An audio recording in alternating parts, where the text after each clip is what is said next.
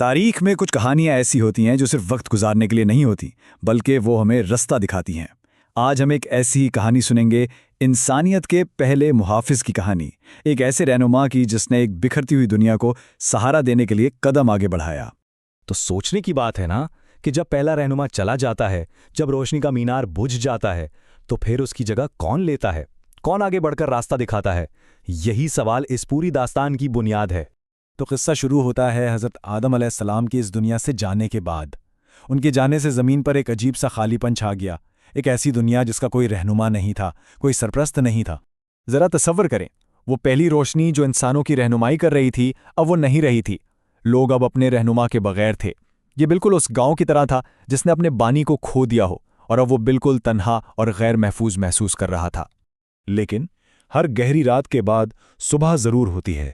اس خالی پن کو پر کرنے کے لیے ایک نیا محافظ سامنے آیا، ایک ایسا شخص جسے اپنے والد کی عظیم میراث کو آگے بڑھانا تھا۔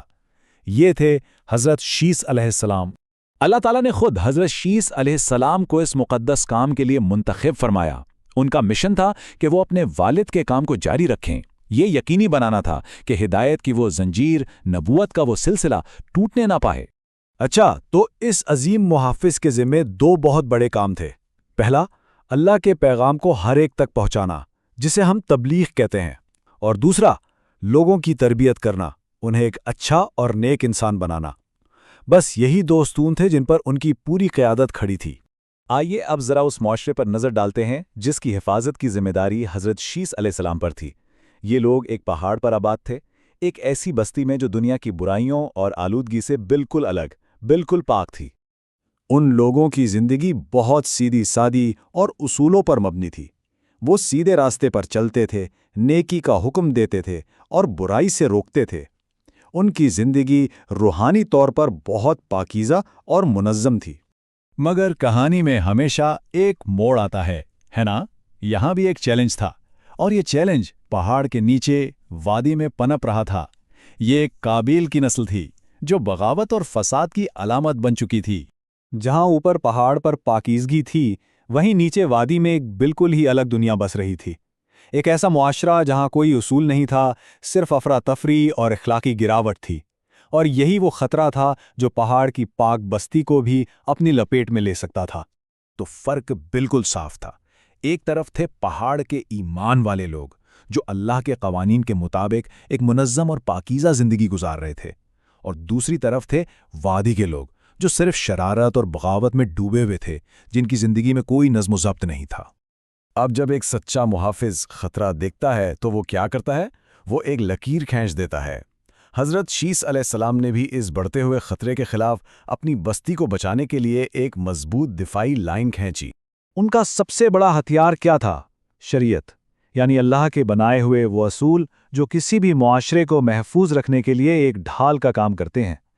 یہ صرف کچھ احکامات نہیں تھے، بلکہ یہ پورے گاؤں کو بچانے کا ایک نظام تھا۔ اور ان حفاظتی اصولوں میں کچھ باتیں بہت واضح تھیں۔ مثال کے طور پر بے حیائی کی سخت ممانعت تھی، اور غیر محرم مردوں اور عورتوں کے آزادانہ میل جول کو روکا گیا تاکہ معاشرے کی اخلاقی بنیادیں کمزور نہ پڑیں۔ تو ان کا پلان بڑا واضح تھا، 4 قدموں کا پلان۔ پہلا قدم، اپنی قوم کو اللہ کے قانون سکھاؤ۔ دوسرا قدم، انہیں وادی کے خطرات سے خبردار کرو۔ تیسرا قدم، ان گمراہ لوگوں سے میل جول سختی سے منع کر دو۔ اور چوتھا قدم، شیطان کی ہر چال اور فریب کا ڈٹ کر مقابلہ کرو۔ اب یہاں کہانی میں ابلیس کی انٹری ہوتی ہے۔ اس نے دیکھا کہ سیدھے طریقے سے کام نہیں بن رہا، تو اس نے لوگوں کو بہکانے کے لیے کچھ نئے پرکشش جال بچھائے۔ اور یہ جال کیا تھے؟ ایسی چیزیں جو دیکھنے سننے میں بڑی اچھی لگتی تھیں، جیسے دل کو لبھانے والے موسیقی کے آلات اور ایسے عوامی تہوار جو لوگوں کو اللہ کی یاد سے غافل کر دیں۔ یہی وہ فتنے تھے جن سے حضرت شیس علیہ السلام کو اپنی قوم کو بچانا تھا۔ تو پھر ہوا کیا؟ اس ساری جد و جہد کا، اس کشمکش کا انجام کیا نکلا؟ اس عظیم محافظ نے اپنے پیچھے کیسی میراث چھوڑی؟ دیکھیے، یہ سچ ہے کہ بہت سے لوگ وادی کے فتنوں میں پھنس کر بہک گئے، لیکن اس کا یہ مطلب ہرگز نہیں کہ محافظ ناکام ہو گیا۔ ان کی کامیابی کا پیمانہ کچھ اور تھا۔ ان کی اصل کامیابی، ان کا اصل مشن تعداد بڑھانا نہیں تھا، بلکہ ایک چھوٹے سے مگر سچے اور وفادار گروہ کی حفاظت کرنا تھا۔ ان کا مقصد ایمان کی پاکیزگی کو بچانا تھا، چاہے وہ چند لوگوں میں ہی کیوں نہ ہو۔ اور ان کی سب سے بڑی جیت، سب سے بڑی کامیابی یہی تھی کہ انہوں نے ایمان کی وہ شمع بجھنے نہیں دی۔ انہوں نے اس امانت کو، اس روشنی کو بالکل محفوظ طریقے سے اگلے نبی حضرت ادریس علیہ السلام تک پہنچا دیا۔ نبوت کا سلسلہ ٹوٹا نہیں۔ تو اس پوری کہانی سے ہمیں کیا سبق ملتا ہے؟